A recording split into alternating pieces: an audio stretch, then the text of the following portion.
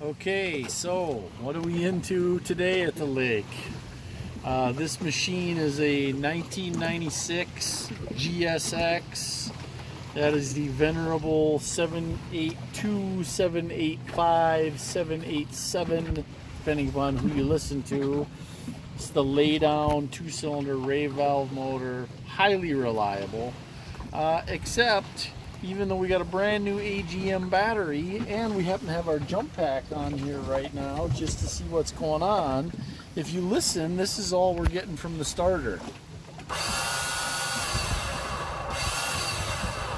So the Bendix fell off, we broke the Bendix gear, not certain presently. The thing that's frustrating is this is going to be the second starter swap on this machine in like the last 18 months. We original starter failed. It's 23 years old. What are you going to do? Bought a used one off the bay because the rebuild shop I used was behind. The supposedly good starter off eBay, not good. And then ended up having to wait to have the original starter rebuilt and put back on the machine. Now the one good thing is it does mean I have the eBay starter, which now has been rebuilt, on the shelf ready to go in here. So that's what we're going to do now. It's not real exciting, there's not a lot to see, and there's a lot of these how-to videos, but we'll come back and I'll walk you through a couple of the real sticky parts of this job after we get this starter in. Okay, so this is on this 1996 GSX with a 780 or 800 Sea-Doo motor. Starter replacement. So this is the starter. This is the one I'm going to stick in there. And it's got two fasteners here. It's oriented like this on the starboard side, all the way at the bottom and the front. And so this is a bolt to the front timing cover. This is an Allen bolt to the front timing cover. This is the ground strap. This is the lead from the starter solenoid or starter relay, and this is the rear tie down to the crankcase in the back. So this fastener is really easy to get out. There's a lock nut on here that you have to take off first, and there's a tab that retains a line. So you take that nut off, you pull this Allen out.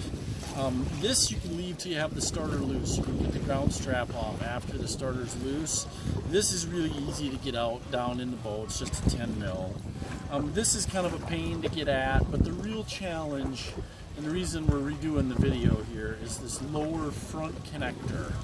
So if you look down in the machine, the way that I've come up with to get on it is you can see this Allen wrench right there sticking out in the front. I like to use a regular Allen key and then slide a nut driver over the Allen key and use that to turn the Allen wrench to get it loose. Once you've got just a couple of cranks on it with some tool on the Allen key, you can just spin the Allen key by hand. And that's the best way, because you can't, any standard Allen socket is too short. So when you get this into the Allen bolt, you've got like not enough for an extension, at least none I've ever seen. The only thing that I've seen some Sea-Doo mechanics do is get an extended 6mm Allen socket and then cut it off to just the right length around the corners. That's another solution. I don't have one because even though I've done this a few times, I don't like doing it. I don't plan on doing it that many times. So that's my solution for this. And we'll have one more video clip here after we get a little farther on the job. Okay, so here's the starter out of that 96 GSX. So the assembly is the spring, the collar, and then this clip sits in this groove on a Sea-Doo starter to keep this from coming off the end, hold the Bendix on. So what we found when we got in here is that the shop that rebuilt this had bead blasted the Bendix and had cleaned the shaft, and you can see there's some previous corrosion on the shaft, some previous wear, but they hadn't put any grease on the Bendix drive gear. So when we took this off, we found the Bendix wedged like this with orange Loctite. Wouldn't move out, wouldn't move in, just stuck and just spinning. So this shaft is not super happy. I think we're gonna have to look for a replacement shaft for this starter before we can put this one aside as a parts unit. I think the other challenge on these is that they thought that this was like an outboard starter, and on an outboard starter, this gear would be brass and would be essentially consumable. And so if this is oil-light brass running on steel, then you don't need any lubricant. And you don't normally grease these on an outboard, because otherwise when this came up, this thing would throw grease all around under the hood of the outboard. And on a watercraft, obviously that can't happen.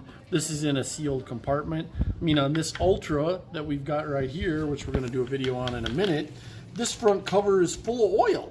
So this whole system is bathed in oil on a Kawasaki Ultra.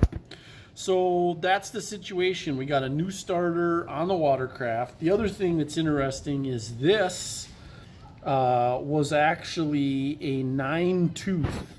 So if you count here, this is 9 teeth. And these, you know, you can put an 8 or a 9 tooth on most any two-stroke except the 951 and the early 580 motors. They're all interchangeable, but the 8s actually start better. These 9s, especially on 787s, the 800s that have good compression, these things are really hard on the brushes, and they're hard on your battery, right? It takes a big surge of current with that additional tooth to get the motor spinning.